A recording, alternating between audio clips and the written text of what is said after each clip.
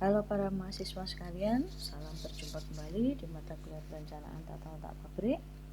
Materi kita hari ini adalah perencanaan material handling. Perencanaan material handling ini masuk di dalam fase kelima dari perencanaan fasilitas, yaitu tentang material-material handling yang akan digunakan di dalam sebuah aliran produksi. Maka masuk di level 4, yaitu level mikro dengan aktivitasnya pada departemen atau cell layout dengan typical space planning unitnya adalah workstation or cell features yang kemudian berada di area cell atau departemen, ya. Apa sih yang dimaksud dengan material handling? Aktivitas material handling sangat erat kaitannya dengan tata letak fasilitas produksi, merupakan kegiatan non-produktif sehingga perlu dieliminir untuk mengurangi biaya perpindahan bahan dengan cara memindahkan bahan pada jarak yang sependek-pendeknya dengan mengatur tata letak fasilitas produksi atau departemen yang ada. Jadi material handling ini masih dianggap kegiatan yang non-produktif, sekalipun tidak bisa dihilangkan, tetapi idealnya dieliminir. Bagaimana cara mengeliminirnya? Ya, dengan memindahkan jarak sependek-pendeknya. Apa yang dipindahkan sehingga menghasilkan jarak sependek-pendeknya? Memindahkan bahan atau aliran partnya. Bagaimana caranya jika harus pendek? Ya, otomatis departemen atau sel departemen atau stasiun kerjanya yang sekiranya bisa didekatkan itu perlu didekatkan. Bisa dengan bambu cat, bisa dengan ARC.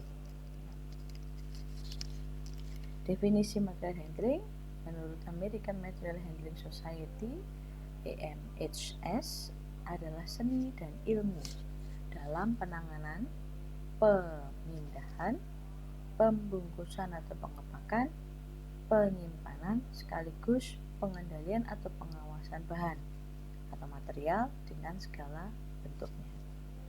Dilakukan dari satu lokasi ke lokasi lain, baik secara vertikal, secara horizontal, maupun lintasan yang membentuk kurva. Ada jargon yang terkenal dari material handling, yaitu the best handling is no handling at all. Artinya material handling terbaik adalah sebenarnya jika tidak ada material handling sama sekali. Beberapa istilah umum dalam material handling ada transport, yaitu material handling, jadi perpindahan bahan dalam satuan berat, unit load atau containers melalui suatu lintasan yang jaraknya lebih dari 5 feet atau sekitar 1,5 meter. Yang disebut transfer adalah material handling atau perpindahan bahan atau part melalui lintasan yang jaraknya kurang dari 1,5 meter atau 5 feet. Lalu ada istilah juga bulk material, yaitu material handling bahan atau material yang dalam pemindahannya tidak memerlukan bag, barrel, bottle, can, drum, dan lain-lainnya. Kemudian ada istilah package material, yaitu bahan atau material yang dalam pemindahan akan memerlukan wadah atau tempat untuk membawanya dengan mudah, seperti bag, drum, bottle, dan lain-lain. Kemudian ada unit load, yaitu sejumlah package unit tertentu yang bisa dimuat dalam skid load, pallets, dan lain-lain. Jadi barang yang dimasukkan di dalam skid box, pallet, dan lain-lain itu namanya unit load. Kemudian rehandle adalah aktivitas penurunan muatan yang ada pada pallet atau skid box. Nah, ada beberapa prinsip perencanaan material handling. Prinsip ini penting ya untuk bisa memberikan pemahaman tentang bagaimana mekanisme pemindahan bahan. Yang pertama adalah hindari pemindahan bahan apabila memang tidak begitu diperlukan. Jadi memang kalau tidak perlu tidak usah. ya the best handling is no handling at all. Kemudian pemindahan bahan harus direncanakan dengan teliti. Yang idealnya ya dipertimbangkan penggunaan pemindahan bahan itu dalam luasan-luasan pabrik atau di luar pabrik. Jadi kalau di dalam pabrik ya bisa pakai conveyor, pakai crane, lalu pakai skid box yang simpel-simpel ya. Tetapi kalau sudah di luar itu berarti sudah pakai forklift. Jadi yang antar departemen yang dibagi dalam tembok itu berarti sudah pakai forklift. Kemudian hindari backpacking. Lalu yang ketiga adalah pemilihan peralatan pemindahan bahan yang dibutuhkan dengan seksama. Baca katalog dengan baik dari supplier, lalu baca informasi, banding-bandingkan harga, banding-bandingkan fasilitas, kapasitasnya, termasuk juga Anda membutuhkan MHE yang semi atau yang manual atau yang otomatis ya, karena ini terkait dengan biaya investasi. Yang keempat, penggunaan peralatan pemindahan bahan harus seefektif dan seefisien mungkin. Artinya jangan sampai peralatan material handling yang sudah diberi itu ada idle-nya atau ada menganggurnya. Nah, langkah-langkah pemilihan metode dan peralatan pemindahan bahan. Yang pertama, berdasarkan pada faktor bangunan pabrik atau plant factors-nya. Maka memilih peralatan pemindahan bahan dasarnya dari satu ukuran bangunan. Artinya jika ukuran bangunannya kecil, tidak perlu menggunakan forklift misalnya, tetapi cukup menggunakan troli, hand jack seperti itu. Jarak tiap kolom penyangga.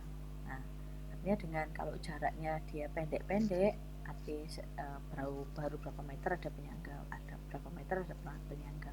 Tentu ini akan mempersulit gerak material handling equipment-nya atau MHI-nya.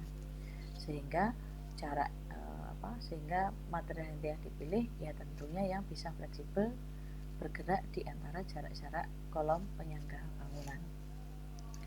Kemudian lebar aisle utama maupun aisle antar departemen, dan kemudian kapasitas lantai atau kolom untuk menahan beban, lalu tinggi langit-langit, instalasi perpipaan, dan jaringan kabel listrik. Ya. Kemudian yang kedua adalah faktor metode kerja, yaitu berbicara tentang macam mesin dan peralatan yang dipakai.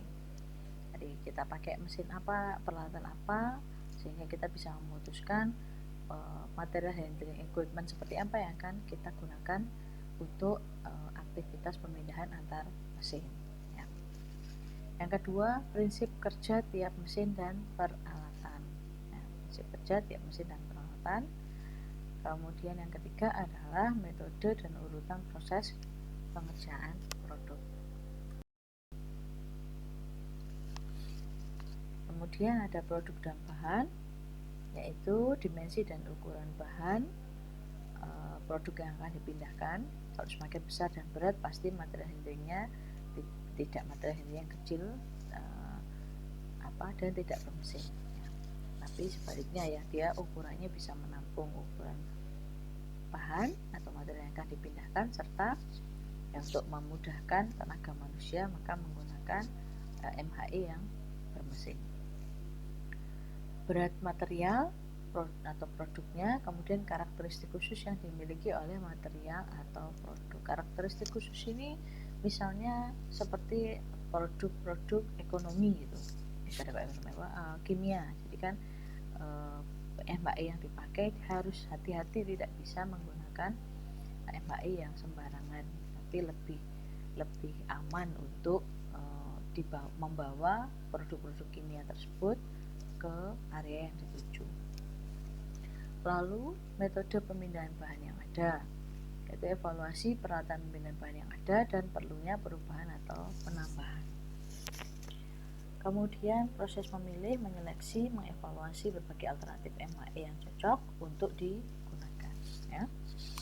Lalu data-data analisis teknis berupa evaluasi menganalisis biaya MHE dengan mempertimbangkan first cost atau biaya investasi, kemudian biaya depresiasi, kemudian direct labor cost. Direct labor cost untuk pemegang MHE, jadi ini supirnya MHE atau yang mengoperasikan MHE. Kemudian biaya maintenance, biaya energi MHE, pajak, asuransi, dan lain-lain. Terkait dengan biaya-biaya ketika kita akan membeli MHE apa yang akan kita gunakan dalam proses produksi. Macam-macam gerakan perpindahan. Ini beberapa gerakan perpindahan pada MHE, yaitu lintasan tetap atau fleksibel seperti monorail sebenarnya. Gerakan perpindahan yang terputus-putus atau continue bisa pakai conveyor. Yang terputus-putus ya berarti yang dari satu stasiun ke stasiun lain berhenti, nanti stasiun lain berhenti lagi, stasiun lain berhenti lagi, jadi dia lebih fleksibel. Kemudian gerakan perpindahan dengan lintasan perpindahan yang jauh atau dekat, lalu perpindahan bahan yang diselenggarakan di dalam luar pabrik, dan gerakan perpindahan ke arah vertikal, horizontal, membentuk sudut atau kurva.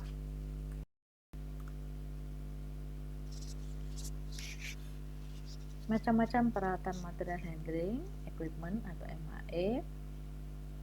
Yang pertama adalah peralatan pemindahan bahan tetap, ya, disebut bahan lintasan tetap disebut sebagai gravity power devices. Memindahkan beban yang uniform secara kontinu antar lokasi melalui lintasan tetap. Berarti kan ringkasannya tetap, kemudian gerakan perpindahan kontinu, ya.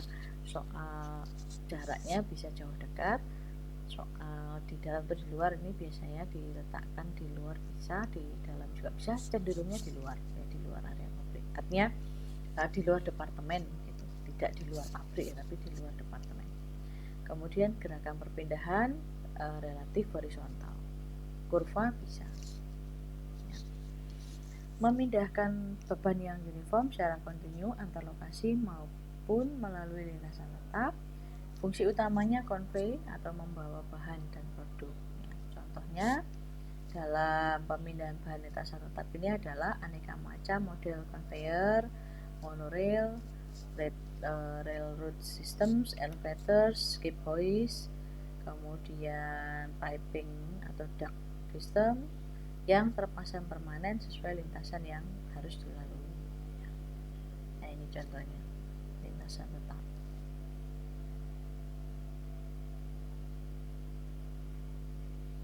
Bentuknya bisa kurva, bisa kurva atau membentuk sudut. Ini monorails dan elevators. Jadi elevator itu semacam conveyor tapi vertikal. Yang kedua adalah peralatan pemindahan bahan untuk area terbatas. Terdiri dari overhead devices, yaitu menggerakkan atau memindahkan bahan macam-macam bahan, beban secara bergantian, tidak kontinu, intermittent di antara beberapa lokasi dalam satu area. Fungsi utamanya memindahkan atau transfer. Transfer itu berarti tadi tidak lebih dari 5 meter ya, transfer. Kurang dari 1,5 meter. Nah,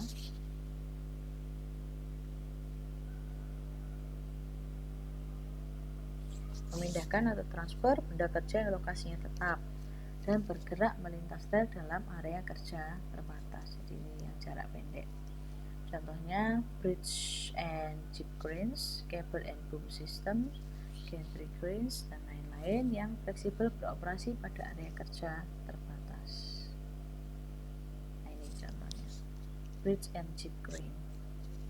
Nah, dia areanya hanya satu lintasan khusus saja, tidak fleksibel kemana-mana dan putus-putus. Jadi artinya satu diambil di loading and loading, nanti satu lagi loading and loading. Kemudian gantry cranes, ini dia lebih cenderung dipakai di area luar pabrik, luar shop floor.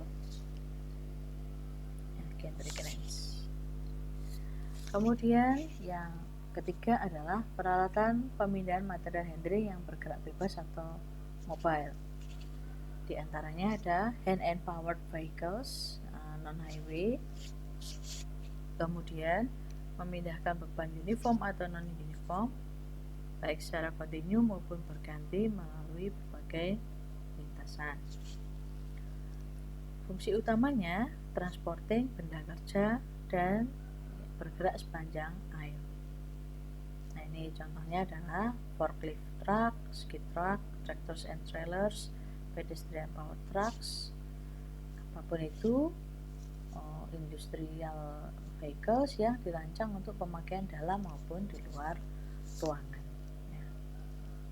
Nah, ini contohnya ada forklift, ada skid trucks, ada pedestrian, ada trailers. Yang keempat adalah peralatan bantu pemindahan atau penyimpanan bahan.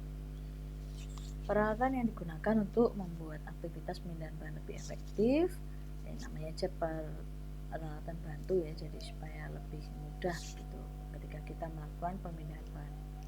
Contohnya ada hand trucks, ada hand jacks, ada casters, dollies, chain hoist, power pullers, dock, plates, pallets, skid box, scales, racks, bins, shelves, dan lain-lain. Seperti apa? Contohnya hand trucks, dollies, hand jack, chain hoist, power puller, kemudian scales ya, macam-macam.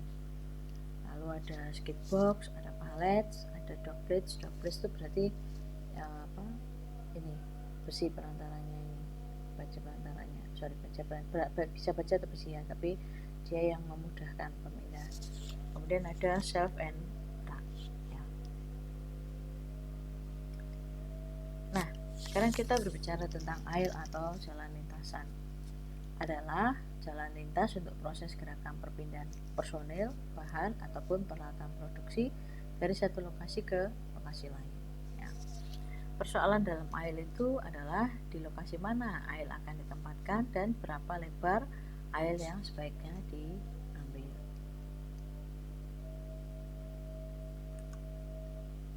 Nah, ini adalah contoh aisle. Jadi kan ini jalannya, ini namanya aisle. Ini jalannya namanya aisle.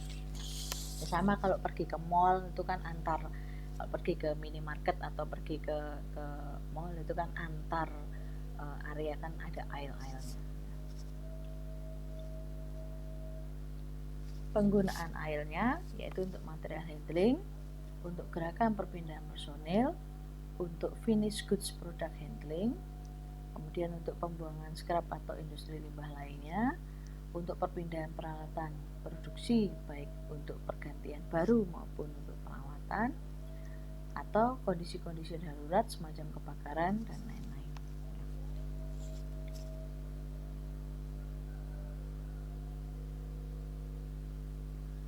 Nah, lokasi penempatan aisle dan lebar aisle. Macam-macam aisle itu ada dua macam, yaitu main aisle atau departemen aisle. Main aisle atau backbone aisle itu berarti jalan lintas utama, dipakai untuk lalu lintas perpindahan bahan antar departemen dan perpindahan bahan dari luar menuju dalam pabrik ya. Jadi aisle utama bisa ada di dalam departemen atau antar departemen ya. Lalu ada departemen aisle, jalan lintas intern departemen, digunakan untuk gerakan perpindahan bahan di dalam departemen ya. Jadi kalau yang backbone aisle tadi dipakai untuk perpindahan antar departemen atau perpindahan di luar menuju area dalam pabrik. Nah, kalau departemen aisle berarti yang ada di dalam departemen. Penempatan aisle-nya disesuaikan dengan letak kolom bangunan dan umumnya membagi pabrik dalam luasan yang sama. Ini umumnya saja. Nah, ini beberapa gambaran penempatan aisle. Kalau penempatan aisle-nya ada di area tengah, maka dia akan membagi area putih ini atau area kosong ini bisa untuk penempatan mesin-mesin produksi ya.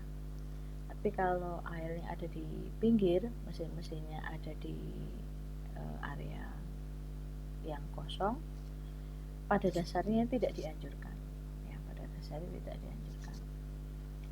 Tetapi banyak juga yang mempraktekkan.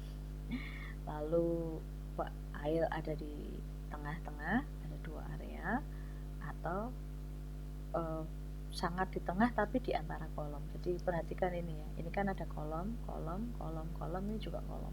Maka kalau air di antara kolom tentu akan kesulitan geraknya, ya. Jadi kalau ini kan kolomnya di pinggir-pinggir sehingga ini kosong dipakai untuk air. Nah ini ada kolom pinggir, kemudian ini diberi air. Nah maka lebaran air itu akan sedikit terganggu dengan adanya kolom yang sedikit menjorok ke dalam.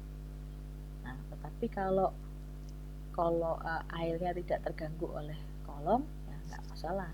Hal ini kan memang salah karena kolomnya ada di tengah-tengah air. Lebar air biasanya antara 3-7 meter tergantung pada kebutuhan dan luas area pabrik yang ada. Tergantung juga pada MHE yang dipakai, ya. Kalau cuma pakai palet, skid road, handjack, ya tentu tidak perlu besar. Tapi kalau sudah ada forklift atau pakai truk, itu tentunya akan lebih besar. Tergantung dari lebarnya peralatan MHE.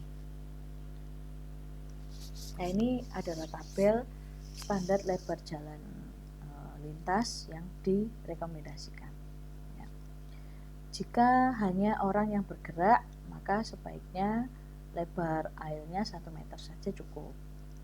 Nah, jika jalan lintasan antar departemen yang akan dilewatin orang dan gerobak kereta dorong 2 roda 1 arah tidak bisa putar balik, maka sebaiknya jika untuk lebar beban yang melintas pakai 0,75 meter dan lebar aisle-nya 1,5 meter. Lalu truk pengirim barang, di mana orang karyawan gudang harus bergerak mengelilingi truk saat akan melakukan kegiatan, sebaiknya ada 2 meter. Ya. Jalan lintas 1 arah dilewati forklift truck ya, sebaiknya 2,25 meter. Nah, ini jika lebar bahannya 1,5 meter. Jalan lintas 2 arah yang dilewati forklift truck berarti sebaiknya lebar aisle-nya 4,5 meter. Nah, kemudian jalan lintas 2 arah yang dilewati tractors atau trailer trains sebaiknya 4,5 meter, dan jalan lintas 2 arah yang dilewati mobile crane atau truk besar itu disarankan lebar aisle-nya 5 meter. Nah ini adalah lokasi aisle di dalam pabrik bentuk-bentuknya. Jadi kalau ini penjelasan dasar tentang penempatan aisle berdasarkan kolom-kolomnya ya. Nah, ini juga main aisle dalam pabrik. Kemudian kalau yang ini lokasi aisle di dalam pabrik, bentuknya bisa macam-macam. Ya. Yang tanda hitam ini adalah bentuk aisle sehingga membagi 4 area, bisa untuk penempatan produksi atau departemen, atau aisle-nya dia melingkar sehingga permesinannya ada di dalam, atau bentuknya dia silang diagonal begini, atau dia bentuknya straight line, atau dia bentuknya full aisle. Ya.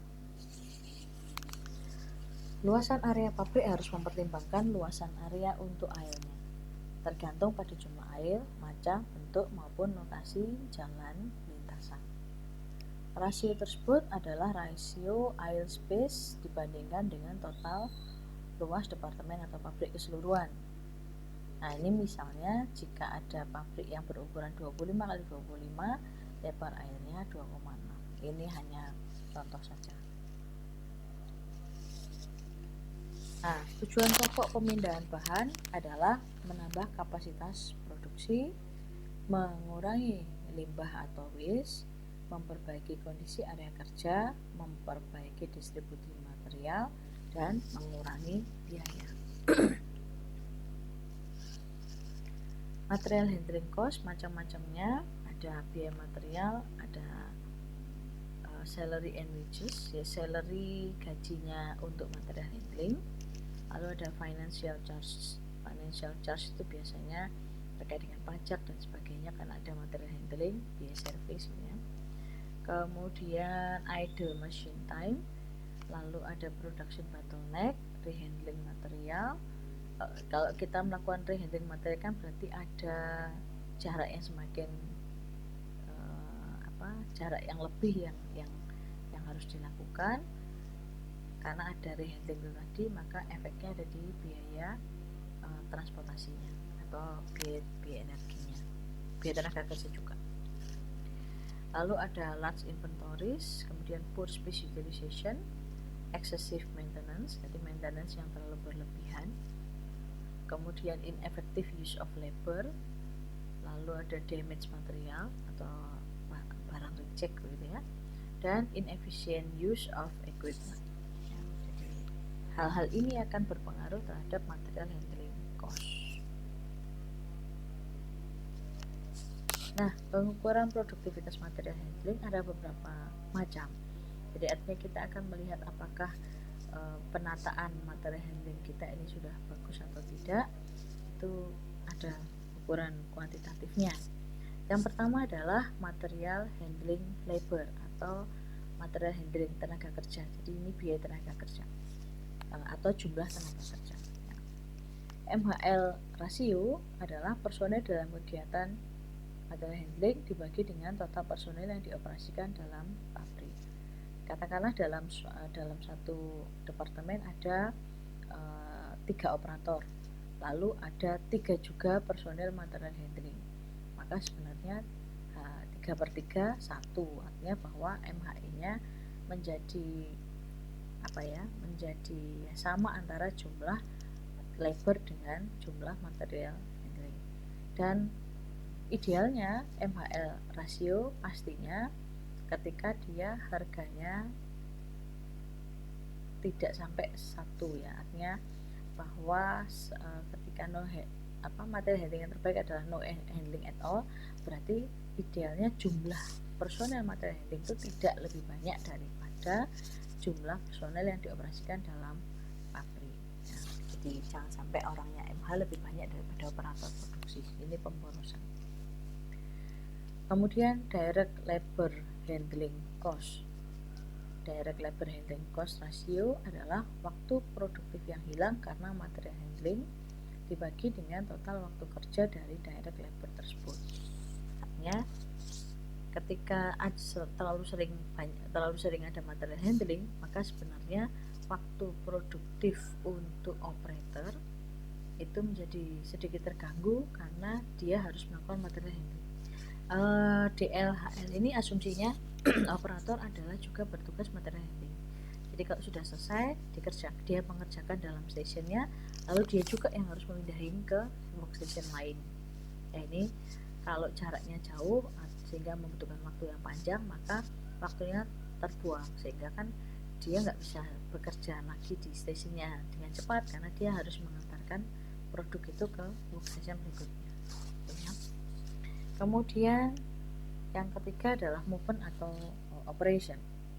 MO rasio berarti jumlah gerakan perpindahan material yang terjadi dibagi dengan jumlah operasi produktif yang dilakukan. Jadi ini berbicara tentang frekuensi material handling.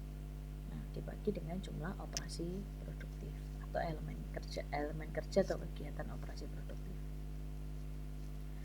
Lalu ada manufacturing cycle efficiency MCE rasio, yaitu jumlah dari semua waktu untuk kegiatan produksi dibagi dengan waktu yang dibutuhkan untuk produksi. Jadi cycle time-nya berapa dibagi dengan jumlah waktu produksinya berapa. Kemudian ada space utilization efficiency atau SUE ratio, adalah ruangan yang terpakai atau termanfaatkan dibagi dengan ruangan yang tersedia dan bisa digunakan. Jadi berapa meter persegi ruangan yang dipakai, berapa meter persegi ruangan yang digunakan. Kalau masih banyak sisanya, berarti penempatan atau penggunaan SUE-nya masih rendah. Jadi kalau SUI-nya tinggi itu berarti ya relatif tidak banyak tempat kosong. Kemudian ada equipment utilization atau EU. EU ratio yaitu actual output dibagi dengan theoretical output. Actual outputnya misalnya saja actual outputnya 1000 unit per 1000 unit, sedangkan targetnya atau theoreticalnya output targetnya adalah 2000 unit. Berarti EU rasionya cuma setengah, jadi 50% saja. Kemudian airspace potential SR rasio adalah current air for space dikurangi dengan theoretical optimum dibagi dengan current air floor space. Jadi potensi penggunaan space airnya yang saat ini, jadi area space area air yang digunakan saat ini berapa dikurangi dengan berapa secara teoritis air yang akan digunakan dibagi dengan yang saat ini. Jadi maksudnya begini, kita berencana menggunakan air itu katakanlah 5 meter dikali 10 meter, berarti kan 50 meter persegi.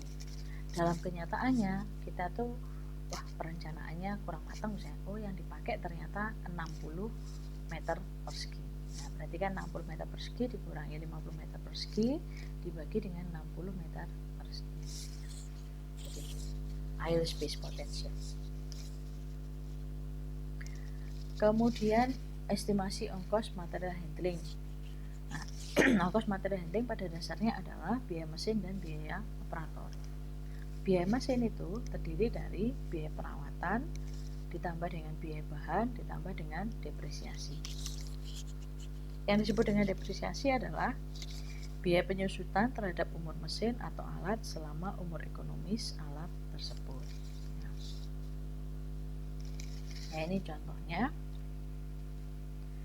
Gaji operator material handling ada 800.000 per bulan. Jumlah hari kerja per bulan 25 hari. Harga palet cek investasinya yaitu 30 juta. Jadi beli alat material handlingnya berupa palet cek. Umur ekonomi mesin 10 tahun. Biaya perawatan 500.000, biaya per bulan ya. Kemudian biaya bahan bakar 1 juta per bulan. Lalu palet cek nanti dipakai untuk jarak tempuh 200 meter per ini 200 meter per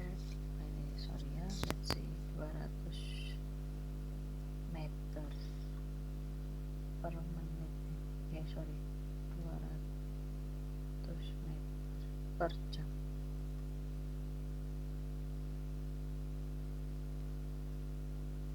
Ya, 200 meter. Nah, ini ya. Ini ya, ada contohnya. Kemudian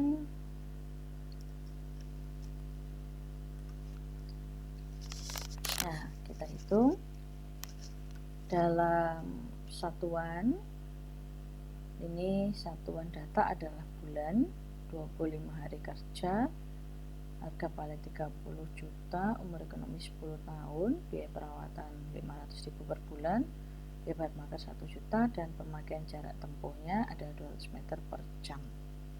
Nah, otomatis kita harus mengkonversi biaya MHE ini.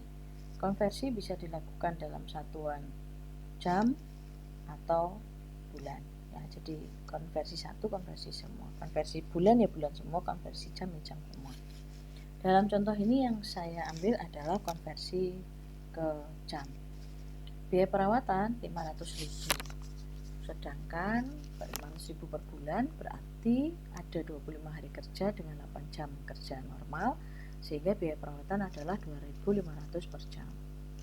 Biaya bahan bakar 1 juta per bulan, jika dibagi dengan 25 hari kerja kali 8 jam, maka ada 5.000 rupiah per jam. Biaya depresiasi 30 juta dengan umur ekonomisnya 10 tahun, berarti 30 juta dibagi 10 tahun kali 12 bulan ya, dikali 25 hari kerja dikali 8 jam. Jadinya Rp1.250 per jam. Dengan demikian, ongkos peralatan adalah tadi biaya perawatan 2.500 ditambah biaya depresiasi 1.250 ditambah biaya bahan bakar 5.000, yaitu Rp8.750 per jam. Sedangkan biaya operator itu 800.000 per bulan dibagi dengan 25 hari kerja, berarti ada Rp4.000 per jam.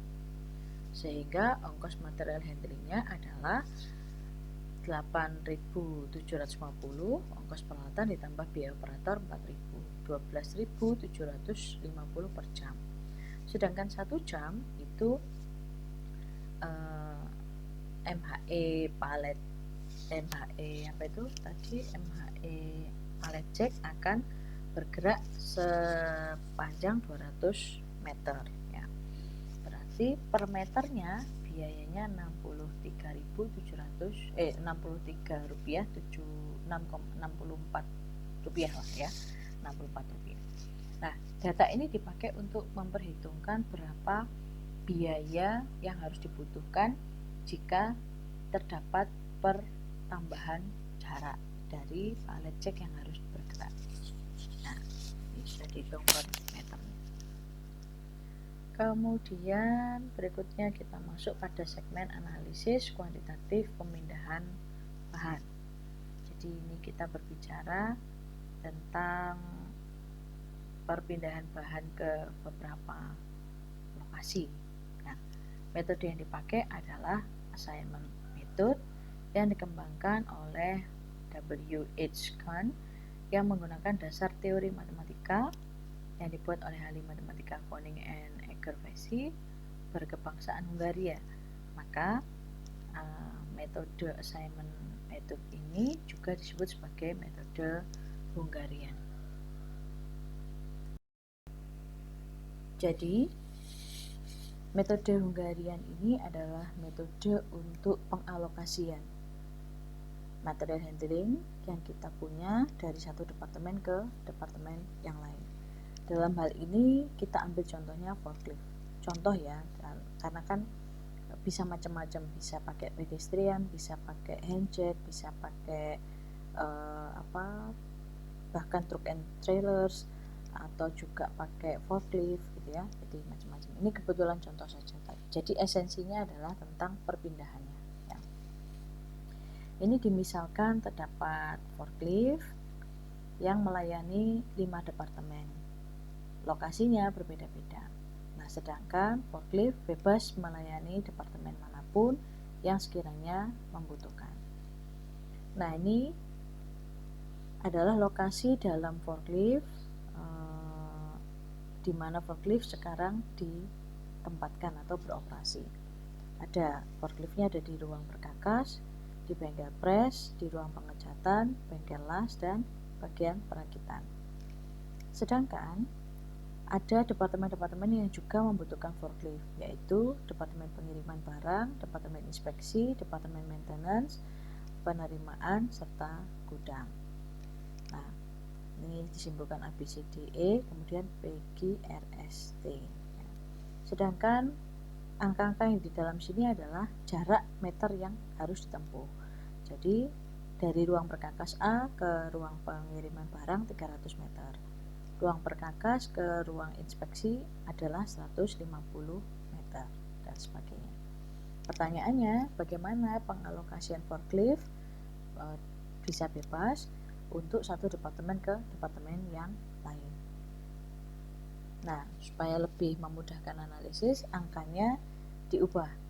Angkanya disederhanakan, lebih tepatnya from ABCDE to PQRST. Ini adalah jarak-jaraknya.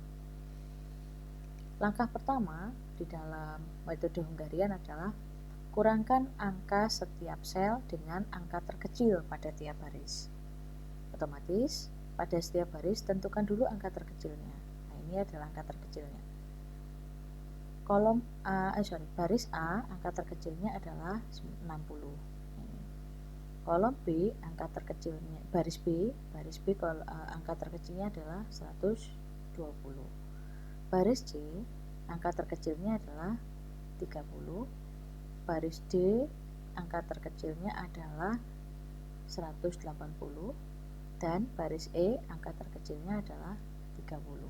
Nah, maka angka-angka pada setiap sel dikurangkan dengan angka terkecil pada baris tadi menjadi 300 dikurangi 60 240, 150 kurangi 60 90, 210 kurangi 60 150, 90 kurangi 60 30, 60 kurangi 60 0. Ya, hal yang sama juga misalnya saya ambil random di baris D. 240 dikurangi 180 60, 210 dikurangi 180 30, 270 dikurangi 180 90, 300 dikurangi 180 120, 180 dikurangi 180 0. Nah, kan? Nah, dari adanya tabel ini kemudian kita tentukan hasil angka terkecil pada kolom. Ya, berarti pada kolom P yang paling kecil 30. Pada kolom Q yang paling kecil 0. Pada kolom R yang paling kecil 90. Pada kolom S yang paling kecil 30. Dan pada kolom T yang paling kecil 0. Sama langkahnya dengan tadi, kurangkan angka pada kolom ini pada setiap sel juga dengan angka pengurangan terkecil pada kolom.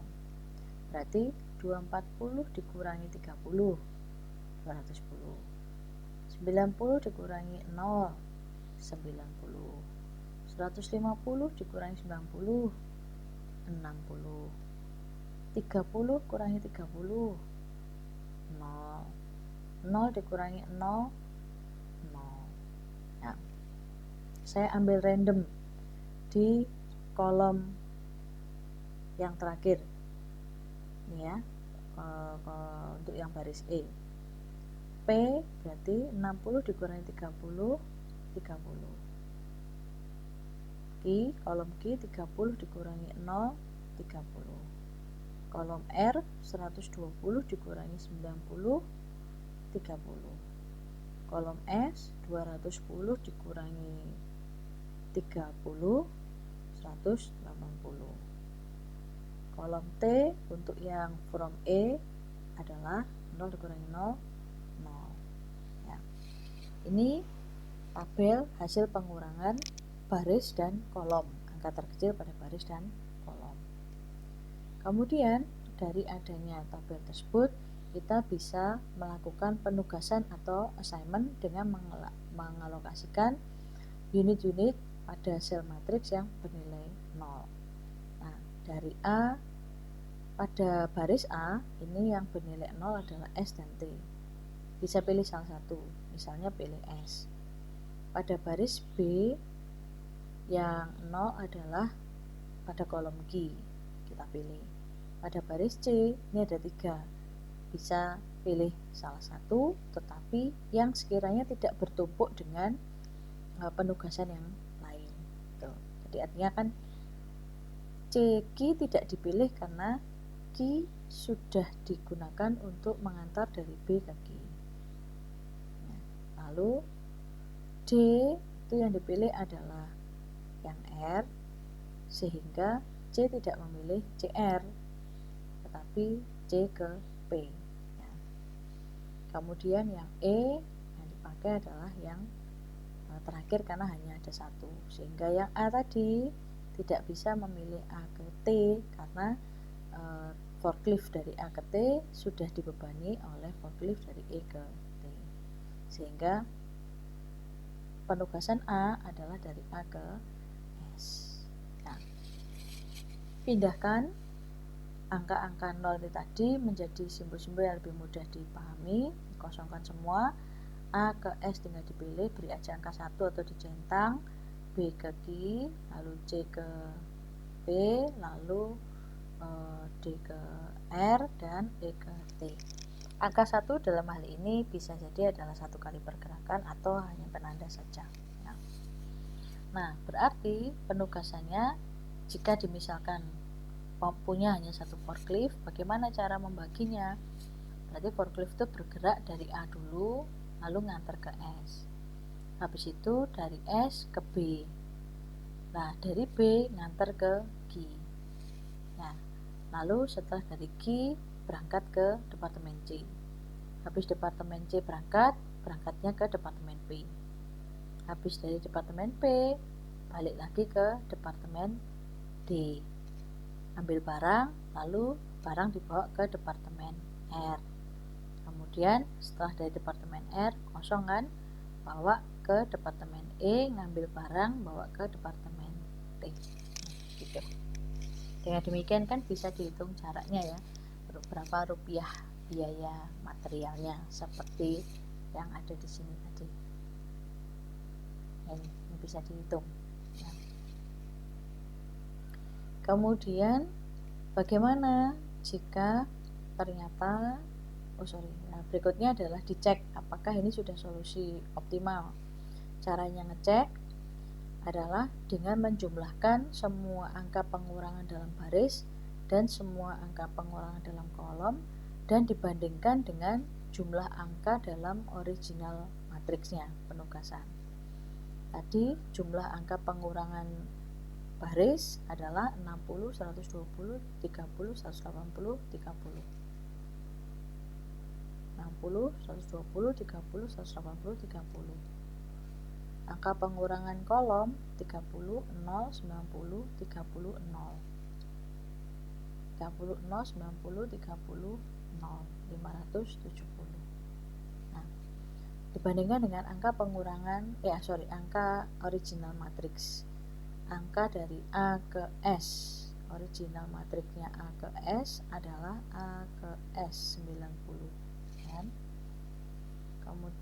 Kemudian B ke T, B ke Q, B ke Q adalah B ke Q 120. Nah, lalu C ke P, C ke P 60. Nah, D ke R 270. Mari kita cek D ke R 270. Kemudian E ke T. E ke T 30.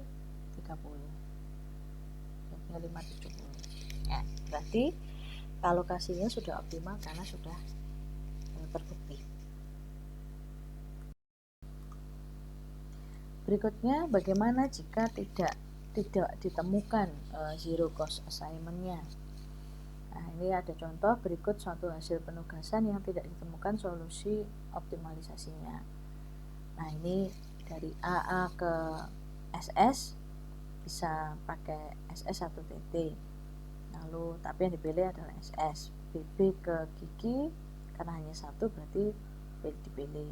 CC ini ada tiga kemungkinan, bahkan kan ada tiga kemungkinan, PP, Kiki, RR, sedangkan DD ada satu kemungkinan di TT, E hanya ada satu kemungkinan di TT. Berarti tampaknya ada penumpukan beban dari DD ke TT serta EE ke TT. Ya, berarti kan tidak ditemukan solusi optimalnya gitu. Yang PP-nya bisa, GG-nya bisa, RR-nya bisa, SS-nya bisa, tetapi TT-nya ini ada beban, tidak terpilih gitu. Nanti DD ke TT ini dari bagaimana ini? Ini namanya tidak terdapat solusi zero cost assignment. Nah, langkahnya adalah buatlah garis horizontal dan vertikal, ya, tidak boleh diagonal, sejumlah tertentu yang akan memotong angka-angka 0. Jadi di mana ada ketemu angka-angka 0 dalam hal ini ketemu 0, garis horizontal ketemu 0, horizontal ketemu 0, yang ini vertikal ketemu 0. Ya. Berarti kan tinggal angka sisanya ini saja. Kemudian kurangkan angka sel matriks yang tidak terpotong atau dilewati dengan angka yang terkecil. Sedangkan untuk angka yang dilewati garis vertikal sekaligus horizontal ditambahkan dengan angka terkecil tersebut. Nah, kan angkanya tadi nih ya, 20 DD, PP, GG, RR, SS, 20, 20, 20, 60 dan seterusnya. Mana angka terkecil? Angka terkecil kan 20, berarti tinggal dikurangkan. Berarti 20 dikurangi angka terkecil 20, berarti 0. 20 dikurangi angka terkecilnya 20, berarti 0. Berarti ini 0, 0, 0, 0, 60, angka terkecilnya dari 20, berarti tinggal 40. 120 dikurangi 20 itu 100. Tetapi pada angka-angka yang perpotongan vertikal dan horizontal itu justru ditambahkan. Berarti 0 ditambah 20, 20 tambah 20, 40, 20 tambah 20, 40. Ya. Dan berarti dirapikan ya matriksnya. Setelah itu lakukan alokasi unit penugasan. Ya, apabila belum optimal, ulangi langkah yang ada hingga mencapai solusi optimal. Jadi perpotongan ini semacam trial and error sampai dengan menemukan yang optimal. Ya. M berarti bisa dilihat AA bisa ke SS, BB ke Kiki, CC bisa pakai RR karena DD nanti dipakai untuk ke PP, EE bisa ke TT. Ya, kan? Jadi ASS, BB Kiki, CCRR, DD PP, dan EE TT. Ya. Nah, kalau dilihat-lihat berarti kan AA memang di SS, TT memang di ini DD ini bisa dibalik ya. Jadi AA bisa ke SS betul, kemudian BB memang harus ke Kiki, CC ini bisa ke PP ya, DD bisa ke RR, kan bisa dibolak-balik ya. Lalu EE ini bisa ke TT. Nah, jadi ini banyak pilihan ini. EE bisa ke PP tapi DD bisa ke TT. Nah, jadi macam-macam. Nah, kita ambil alternatifnya saja. Alternatif lokasinya bisa AA ke SS, BB ke Kiki. BB pasti ke Kiki ya, karena nolnya hanya 1. Kalau AA ke SS juga hanya 1. Kan AA ke SS hanya 1, 0. BB ke Kiki hanya 1, 0. CC ini ada 1, 2, 3. Nah, berarti kan CC bisa ke Kiki, nggak bisa ya. CC bisa ke Kiki nggak bisa karena BB sudah dipakai Kiki. Berarti CC bisanya hanya ke RR. Kalau CC nya pindah ke RR berarti DD nya pindah ke PP. Kiki nggak mungkin karena sudah dipakai oleh PP. Ya, gitu aja. Jadi bisa ASS, BB Kiki, CC PP, DD RR, EE TT. Jadi yang fleksibel CC dan DD dalam hal ini. Ya. Itu materi hari ini untuk material handling di PTLP, penekanannya pada metode Hungarian serta pengenalan air. Terima kasih atas perhatiannya, sampai jumpa di pertemuan berikutnya.